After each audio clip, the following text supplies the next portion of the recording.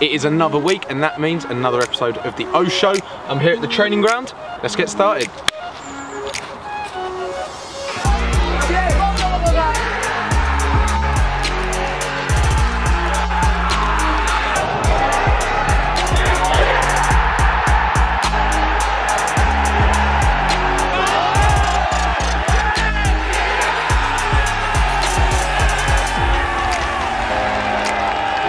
So we didn't have a game on Saturday, but don't you worry, we've got plenty of stuff to get through today. I'm going to be chatting with Michael and Moa, as well as Dale Gorman, and be looking at your social media. So let's get started.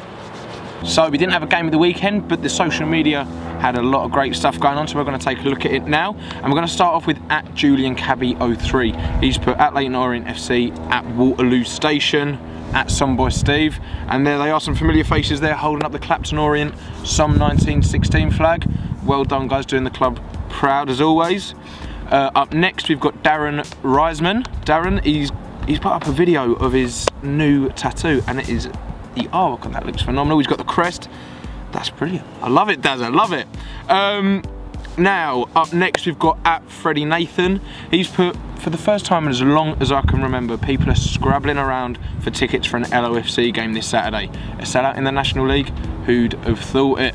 And don't forget, if you do have a season ticket and can't make it on Saturday, make sure you get on Facebook and Twitter and try and pass it on to someone who can. So up next we've got @Quayne Roman. He's put, what an amazing community Leighton has. Everyone turning out for the service today, from Orient fans to cadets, scouts to veterans, and the London Hearts. E10 done proud, lest we forget. There's some great photos there of the Coronation Gardens and the tributes that were held there over the weekend. Thank you for that, Quayne Roman. Now, you may have remembered from the show a couple of weeks ago, we had David Elias get in touch, and he and River, his daughter, came to their first Orient game. They didn't manage to get their first visit certificate, but we have updates. It's all good. River's got her certificate, here she is, and David's put, my daughter River received her Leighton Orient FC, my first visit certificate, and she absolutely loves it. Great start to her day, another quality gesture by our club. It's a brilliant little photo there. And don't forget, if you are making your first visit to the Briar Group Stadium, get in touch with the club and you can get a form to get your certificate. Finally, we're going to have a look at the club's official Twitter, a video that went out in the week. I'm Celebrity starts on Sunday, Harry Redknapp's going in. We didn't quite manage to speak to Harry himself, but have a look at this video of Matt Harold pretending to be Harry Redknapp. Have a look. Well, the thing is, lads, we've got a terrific bunch here. If I can add a 1, 2, 3, 4, if I can catch Nico Cranshaw on a 3, that'd be terrific. Rumour has it you're going into the jungle, Harry. Well, I am and I'm not. I'm not sure, I can't really tell you yet, but if I am, it'll be terrific. It'll be a good payday. Have a good one, lads, it's terrific. So I have Michael and Moa waiting outside for me. Let's go and have a chat with him and find out a bit more about what he does at the club. Here we go. So you're the physical performance coach. What exactly does that involve on a day-to-day basis at the training ground? Yeah, so basically my role is to make sure the players are conditioned for training, they're available for training every day, and also just in peak condition for the games. So you've been with the O's since, I think it's 2011, is it? Yes. 2011. Talk us through kind of your journey with the O's. How did that all come about? Yeah, so initially I came in as an intern within the academy. So I was working with the under-14s age group, and then just literally progressed through the age group. So Danny Webb was the under-16s coach, so I worked with him, and then he got the youth team job, so I ended up working with him. And then when Webby got the first team role, he called me up into the first team as well. Oh, nice. And have you been there ever since? Is that? Yeah. So ever since 2016. Yeah. So I've been working with the first team. Okay. Yeah, it's been great. Okay. And what's been noted quite a lot this season is Orient's performances, especially in kind of the later stage of the second half, and the fitness, blowing teams away.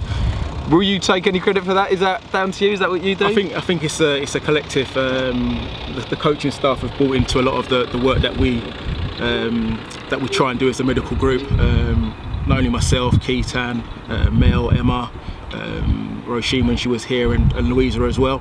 They've all just come together and just basically just helped myself put things into into plan and into preparation, so that the players are available for training and able to basically perform in games. Okay, and you've mentioned to me, the camera's never picked this up before, but you've mentioned to me a possibility of putting me through my paces, the possibility of seeing what it is you actually do. Is that on the cards? To be fair, I don't know if you'd be able to. Saw you in the gym doing the pull-ups, and I tried one, but I don't think I'll last long. To be fair, you said that you can do the endurance run, so next time we get that out, we'll put you to the test. See what you do. I think I'm going to be ill that week. Michael, thank you for joining me. It's been a pleasure to chat with you. Thanks. And enjoy the game on Saturday. Cheers, thank you. So I'm joined now by Leighton Orient's latest debutant, Dale Gorman. Dale, thank you for joining us. How have you been? Yeah, good. Yeah. So you had your full league debut at Fylde a couple of weeks ago. How was that? Yeah, it was very good. It was a long time coming. Yeah. Obviously coming back from injury and stuff, I had to be quite patient with it. And so to finally get it, I was really happy and enjoyed it. So you joined from Stevenage, or Yeah. from Stevenage Yeah. in the summer with this ankle injury. Yeah. How did you find settling in with the new group of lads? There weren't many signings made. You were one of the two. How was that to come into a group, and how have you found it so far?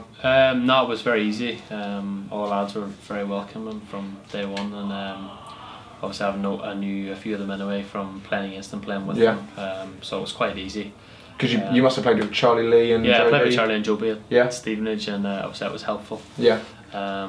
But now, since day one, they've been brilliant. And I don't know if you saw the interview. It was not last week, but the week before. It was with Charlie Lee and Craig Clay. Right. They said that they get the best training. They come up against the toughest opposition in training against you and Lawless. It must be good it must be tough with that competition as well. For spaces. Well, when you have obviously 4 midfielders that are used to be playing football every week, it's good, and to have obviously the standard of players that we have in your position, you just get better and better every day. I know it's a cliche, but you probably play against, well, you play against better players in training than you do on a Saturday, and that's just the type of squad we have, and it's good to have it. You'd rather have it than not have it. And you've received kind of recognition from the Irish under-21s national team. Am I right in saying that? Yeah. You were part of the qualifying process for the Euros. Yeah. Is that something you're going to be carrying on throughout the season as well? Are you going to be involved in the?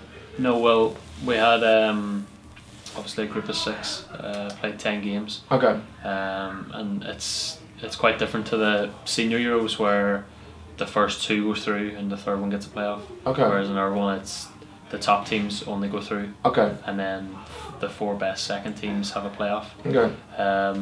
So I think we missed out on that playoff by about 2 points. Okay. So that's done, and my under 21 football's done now. So yeah, because you're 22, so is it no more under 21s? No for more you? under 21s for me. So you got your eyes on the yeah, of course. first hit, Yeah, of course. You can't obviously settle down and accept it. You just gotta, whether it be in the next 12 months, the next 2-3 years, who knows? But you never rule it out. Yeah. We've got Bromley coming to us on Saturday. It's another sold-out fixture at the Bray Group Stadium. Obviously, Charlie Lee's still out injured, and you're, I'm guessing, in contention for a place in the starting 11. Are you looking forward to the weekend? What are your thoughts ahead of it? Yeah, looking forward to it. Obviously, we're on the back of a win. We had a break last week at the weekend where we regrouped and refreshed. So did you have a good weekend off? Yeah, it was good. Yeah. I went back and seen some family and stuff, so it was good. But the training this week's been brilliant. Everyone looking fresh, sharp. The mood's brilliant. So, and then obviously to have a sellout on Saturday at the stadium with how good our fans are anyway. To have it sold out, it's just something as a player you really look forward to, because that's what you want. Yeah, well, I'm looking forward to seeing it on Saturday. And just lastly, have you got any, either personal or as a team, do you have any targets you've set yourselves this season that you? Well, my main objective when I came here to start was to win trophies, whether it be in cups or in the league. But I mean, ourselves as a group, our main aim is to get promoted and take it back to where we belong as a football club.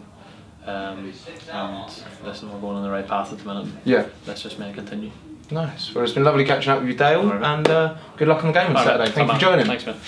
And that is all for this week's episode of the O Show. Thank you very much for watching, and don't forget we are back in action on Saturday when we take on Bromley, and make sure you get there early to see what's happening at the fan zone. See you there.